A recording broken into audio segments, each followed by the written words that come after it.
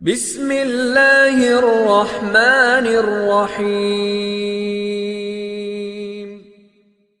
آپ کو راضی کرنے کا انوکھا طریقہ۔ حضرت سیدنا ذوالنون مصری رحمۃ اللہ علیہ فرماتے ہیں، ایک دن میں ایک بازار سے گزرا تو میں نے 4 آدمیوں کے کندھوں پر ایک جنازہ دیکھا۔ ان کے ساتھ اور کوئی نہ تھا۔ میں نے کہا، اللہ کی قسم، میں ان کا 5واں رفیق بن کر ضرور اجر و ثواب حاصل کروں گا۔ جب وہ قبرستان پہنچے تو میں نے کہا، اے لوگو، اس شخص کا والی کہاں ہے جو کہ اس پر نماز جنازہ پڑھے؟ تو انہوں نے جواب دیا، اے محترم بزرگ، ہم میں سے کوئی اس کو نہیں جانتا۔ پھر میں آگے بڑھا اور اس کی نماز جنازہ پڑھائی۔ ہم نے اسے لحد میں اتار کر اس پر مٹی ڈال دی۔ جب انہوں نے لوٹنے کا ارادہ کیا تو میں نے کہا، اس میت کا کیا معاملہ ہے؟ تو انہوں نے بتایا کہ ہم اس کے متعلق کچھ نہیں جانتے۔ ہاں، ایک عورت نے اس کو یہاں تک پہنچانے کے لیے ہمیں کرائے پر لیا اور وہ اب آنے ہی والی ہے۔ اتنے میں وہ عورت آ گئی۔ جب وہ روتے ہوئے اور پریشان دل کے ساتھ قبر کے قریب رکی تو اپنے چہرے سے پردہ ہٹایا، بال پھیلائے، اپنے ہاتھ آسمان کی طرف بلند کر کے آوازاری کرنے لگی۔ پھر اس نے دعا مانگی اور بے ہوش ہو کر زمین پر گر گئی۔ کچھ دیر کے بعد جب ہوش آیا تو ہنسنے لگی۔ میں نے اس سے پوچھا، مجھے اپنے اور اس میت کے متعلق بتائیے، اتنا شدید رونے کے بعد یہ ہنسنا کیسا؟ تو اس نے مجھ سے پوچھا، آپ کون ہیں؟ میں نے جواب دیا، ذوالنون۔ تو وہ کہنے لگی، اللہ کی قسم، اگر آپ صالحین میں نہ ہوتے تو میں آپ کو کبھی نہ بتاتی۔ یہ میرا بیٹا اور میری آنکھوں کی ٹھنڈک ہے۔ یہ اپنی جوانی کو ضائع کرتا اور فخریہ لباس پہنا کرتا۔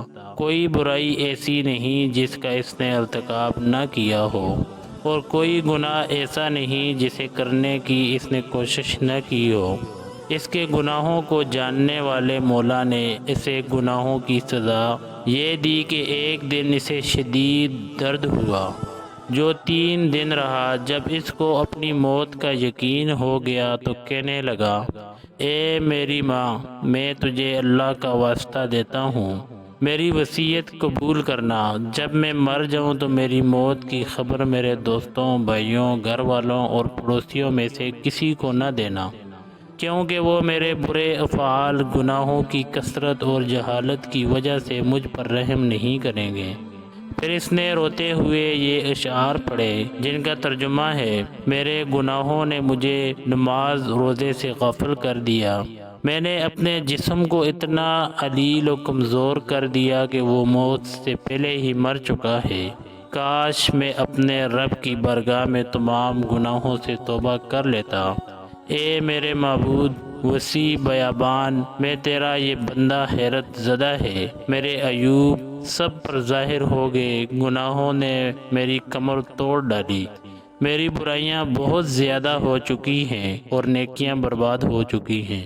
پھر وہ روتے ہوئے کہنے لگا، اے میری ماں، افسوس ہے اس پر کہ میں اللہ کے نافرمانوں میں حد سے بڑھ گیا، افسوس اس دل پر جسے میں سخت کرتا رہا۔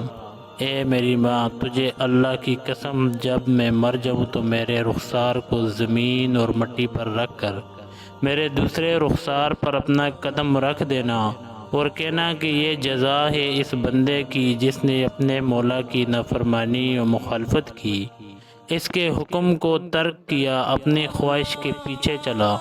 جب آپ مجھے دفن کر لیں تو اپنے ہاتھوں کو اللہ کی جناب میں بلند کر کے کہنا، اے اللہ، میں اس سے راضی ہوں، تو بھی اس سے راضی ہو جا۔ جب یہ مرا تو میں نے اس کی تمام وصیتوں کو پورا کیا۔ اب جب میں نے اپنا سر آسمان کی طرف اٹھایا تو مجھے ایک آواز سنائی دی، اے میری ماں، اب لوٹ جا۔ میں اپنے رب کے حضور اس حال میں آیا کہ وہ مجھ پر ناراض نہ تھا۔ جب میں نے یہ آواز سنی تو مسکرانے لگی۔ حضرت سیدنا منصور بن عمر رحمۃ اللہ علیہ فرماتے ہیں، جب بندے کی موت کا وقت قریب آتا ہے تو مرنے والے کی حالت 5 طرح کی ہوتی ہے۔ مال وراثت کے لیے، روح ملک الموت کے لیے، گوشت کیڑوں کے لیے، ہڈیاں مٹی کے لیے، اور نیکیاں یعنی قیامت کے دن اپنے حق کا مطالبہ کرنے والوں کے لیے ہوتی ہیں۔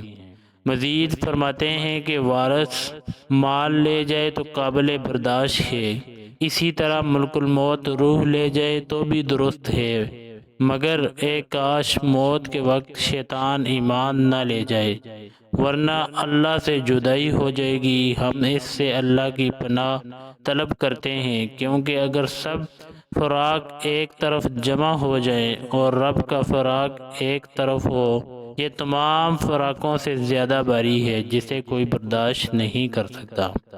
حضرت سیدنا محمد بن نعیم رحمۃ اللہ علیہ سے مروی ہے کہ شہنشاہ مدینہ قرار قلب سینہ حضور صلی اللہ علیہ وآلہ وسلم کا فرمان عالی شان ہے، جبرائیل امین جب بھی میرے پاس حاضر ہوتے تو وہ اللہ کے خوف سے کانپ رہے ہوتے۔ جب شیطان کی مخالفت ظاہر ہوئی اور کرب بلند مرتبہ اور عبادت کے بعد اسے دیکارا گیا تو جبرائیل و مکیل علیہ السلام دونوں رونے لگے۔ اللہ تعالیٰ نے ان سے استغفار فرمایا، تمہیں کیا ہوا؟ کیوں روتے ہو؟ حالانکہ میں کسی پر ظلم نہیں کرتا۔ تو انہوں نے عرض کی، اے ہمارے رب، ہم تیری خفیہ تدبیر یعنی تیری قضا، تیرے قرب کے بعد دوری اور سعادت مندی کے بعد شقاوت سے خوف زدہ ہیں۔ تو اللہ نے ان سے ارشاد فرمایا، اسی طرح میری خفیہ تدبیر سے ڈرتے رہو۔